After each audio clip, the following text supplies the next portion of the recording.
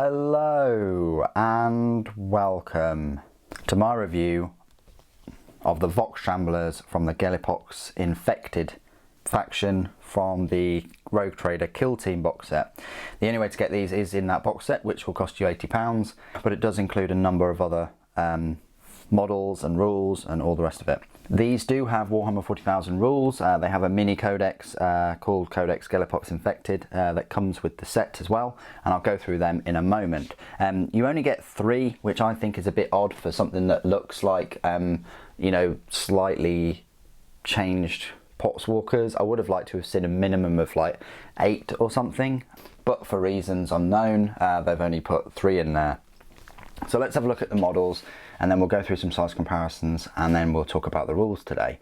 So I like this Vox Shambler. They're basically called a Gellerpox mutant, so whether you call them Vox Shamblers or Gellerpox mutant, it's the same thing.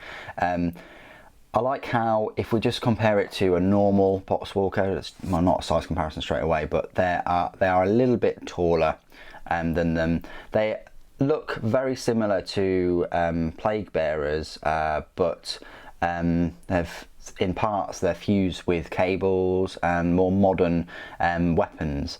So comparing them to the Potswalkers might not be completely fair. It might be better just comparing with the plague bearers, which I don't have any right here on my person. But this Shambler has a tentacle for an arm holding this axe. Very bloated. He's got some pants that are held up by a Gucci piece of rope there. And he's got this kind of very Terminator-esque kind of metal Necron faceplate or head. This guy here, Hook, has got some cabling coming out of his face, and again another kind of metal head, metal face, and yeah, big hook and some grenades there, and a swollen mutated arm, and again just a little bit of a cloth and some chains for some reason, and some kind of collar, some kind of electric collar. I think they all have these kind of a little electric node collars. Interesting. And then this guy, probably the most dynamic of all of them in my opinion. He's got this long kind of claw, grenade. You can see the lock on this slave collar or whatever, and he's got again and one of those metal face masks with a big Mohican this time, and some kind of ripsaw melee weapon that's chained to his wrist as well, and he's got a wooden stump from the knee down in place of a leg, and then he's got a big gaping cut in his belly. So quite disgusting, but I like the variety, and I would have liked to have seen, you know, 5 or 6 or yeah, even 8 of them in the set. That would have been great. What I'll do now is just show you some size comparisons. So compared to the biggest miniatures in the box set, the Hull Breakers, they are probably half the size, bit more than half the size of them there, as you can see. Compared to the little Nurglings, I've got this one here pulling his face off, so yeah, they're a fair bit bigger than them.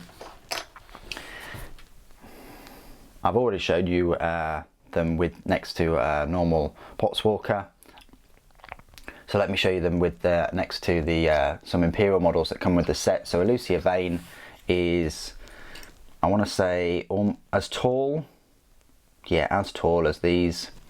Normal Voidsman at arms is a little bit shorter, so these are taller than the normal sort of standard human sort of figures. And then next to a doggo, they're a fair bit taller than the Aximilian dog. Next to a couple of Imperial models, so the Space Marine, they're taller than the Space Marines. I think their plague bearers are as well. But next to an Intercessor, which I thought was good in comparison, Intercessor is only a little bit taller.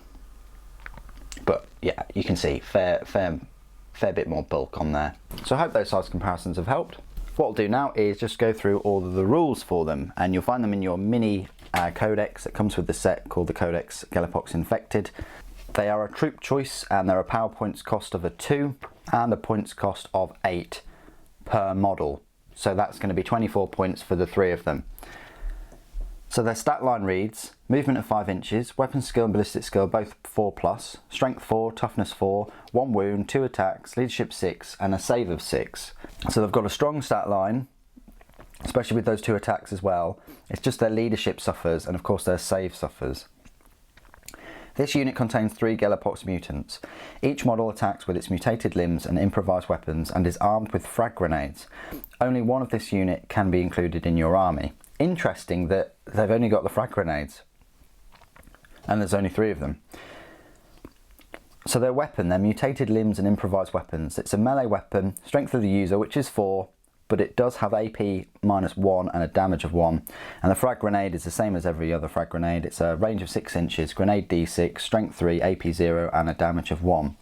So their abilities, they have disgustingly resilient, which means that if they lose a wound on a 5 or a 6, they don't lose it. Vulgrar's Followers. It's one of these abilities that has no effect unless your army includes Vulgrar Thrice Cursed, which is this guy with the belly barbecue.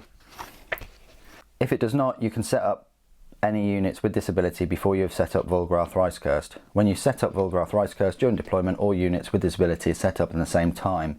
When you set up Vulgrar Thrice Cursed on the battlefield for the first time, all units with this ability must be set up within 6 inches of him. If they cannot be set up, they count as destroyed.